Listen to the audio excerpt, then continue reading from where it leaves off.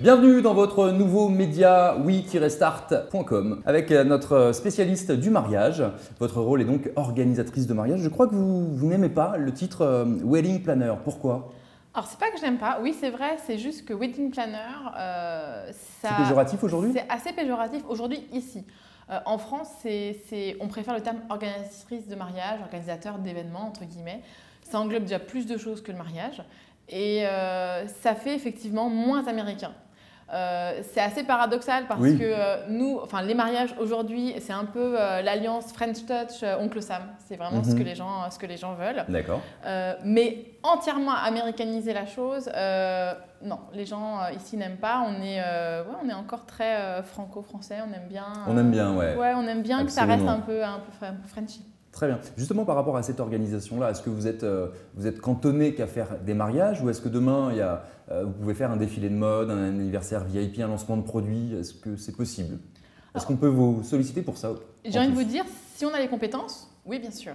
On essaye, nous, dans notre métier, organisateur d'événements, de faire face à la saisonnalité du monde du mariage, qui finalement, on travaille vraiment que du mois de mai jusqu'à fin septembre, avril, fin septembre. De ce fait-là, c'est vrai, même pendant cette période d'ailleurs, on ne fait pas que ça. On fait anniversaire, pour les enfants, pour les plus grands, mais aussi des baby showers par exemple. Alors justement, parce que si je puis me permettre, j'ai appris ce que c'était que très récemment, un baby shower. Est-ce que vous avez en 2 mots, qu'est-ce que c'est pour nos internautes qui ne sauraient pas ce que c'est qu'un baby shower? Bien sûr, alors une baby shower, c'est tout simplement une fête avant la naissance du bébé. On est très frileux parce que nous sommes très superstitieux. Les Français sont très superstitieux et de ce fait-là, c'est vrai qu'on n'en fait pas beaucoup. On en fait quand même et c'est une fête qui se déroule grosso modo 7e, 8e mois de grossesse entre filles. Les garçons vont faire autre chose. Ah bon? Oui. Alors, bien sûr, tout est à la demande des clients. On peut s'adapter. On peut faire certaines activités avec les garçons. Mais c'est vrai que les garçons préfèrent plutôt aller faire une partie de karting, de paintball et autres, pendant que les filles font des petits massages, pas du tout de quoi vous parlez. de la peinture sur body. Voilà, il y a plein d'activités. On fait une jolie sweet table avec un gâteau de couche, un diaper cake.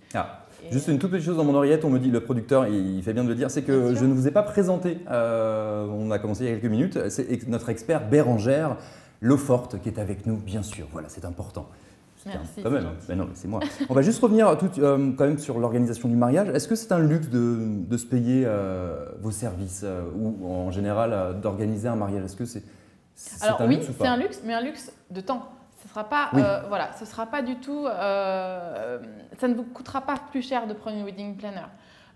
C'est un luxe pour vous, pour les mariés, parce qu'ils sont sereins, ils sont tranquilles, ils ont l'assurance d'avoir normalement tout ce dont ils souhaitent, dans les couleurs qu'ils souhaitent, avec photo à l'appui, avec essai à l'appui avant le mariage, où on fait des tests grandeur nature, entre guillemets, lorsqu'ils vont par exemple déguster chez le traiteur, on leur fait déjà la décoration.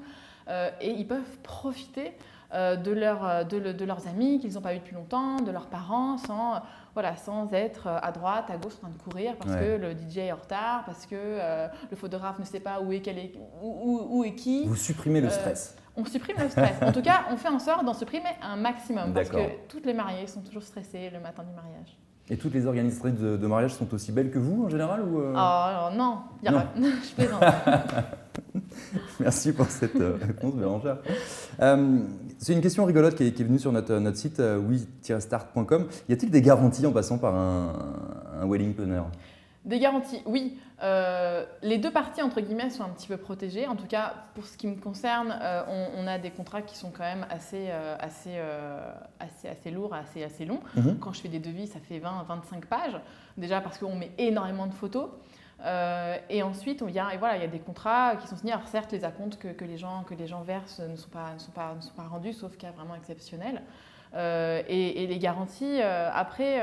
c'est vrai qu'il y a beaucoup de gens qui se lancent dans le métier, beaucoup de jeunes filles, souvent d'ailleurs, qui se lancent et en auto-entreprise. C'est la mode en ce moment. Oui. Et beaucoup qui ne perdurent pas tout simplement parce que une entreprise, c'est un petit peu difficile à faire vivre. on pense que c'est facile, alors que ça ne l'est pas du tout. Et de ce fait-là, les photos qu'on a présentées sur les devis, finalement, ce n'est pas du tout ça. C'est des photos qui ont été prises sur Internet. Donc, il faut faire très, très attention. C'est vraiment un conseil que je peux donner. C'est vraiment de faire très attention aux photos qui sont mises sur les devis. Bien sûr, ce n'est pas pour autant qu'il ne faut pas les utiliser. Tous les mariages ne se ressemblent pas. Et on ne fait pas exactement la composition florale ou la décoration de table. Ça, on ne fait pas un copier-coller. Voilà, de nos nouveaux mariés. Donc c'est vrai, même moi, on va sur Internet, on regarde ce que les gens veulent, on prend telle et telle photo, on dit voilà, est-ce que ça vous plaît?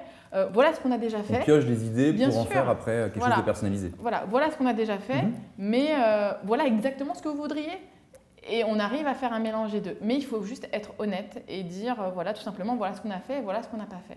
D'accord. Et après, des garanties, c'est vrai que c'est toujours un petit peu difficile, parce que c'est un petit peu comme le photographe où finalement on choisit des photos, on le choisit en voyant des photos qu'il a soi-disant déjà fait ou pas. Enfin voilà, on ne peut pas forcément le savoir, il n'y a pas de règle. Et on découvre finalement les photos après le mariage. Donc, si on passe par vous, on sait que de toute façon, on aura un photographe professionnel. Voilà, c'est aussi une assurance, c'est aussi de passer par une wedding planner, une organisatrice. On a choisi, nous déjà, avant, plusieurs photographes, plusieurs vidéastes, plusieurs traiteurs avec lesquels on a l'habitude de travailler et on sait que ce sont des gens qui travaillent bien. C'est le must, exactement. top, pardon. Voilà. Après, on en a forcément plusieurs selon les goûts des gens, selon leur feeling, selon le tempérament, selon les budgets, bien sûr, parce que des traiteurs, ça va de 30, mais jusqu'à 200. Après, il n'y a jamais de... En moyenne, on est plutôt dans les 60-70 € le menu quand même, mais ça monte très vite. Ça monte très vite. C'est le premier budget du mariage, c'est quand même le traiteur. Eh bien écoutez, merci beaucoup Bérengère. De rien. On vous dit à très bientôt. Au revoir. Merci, au revoir.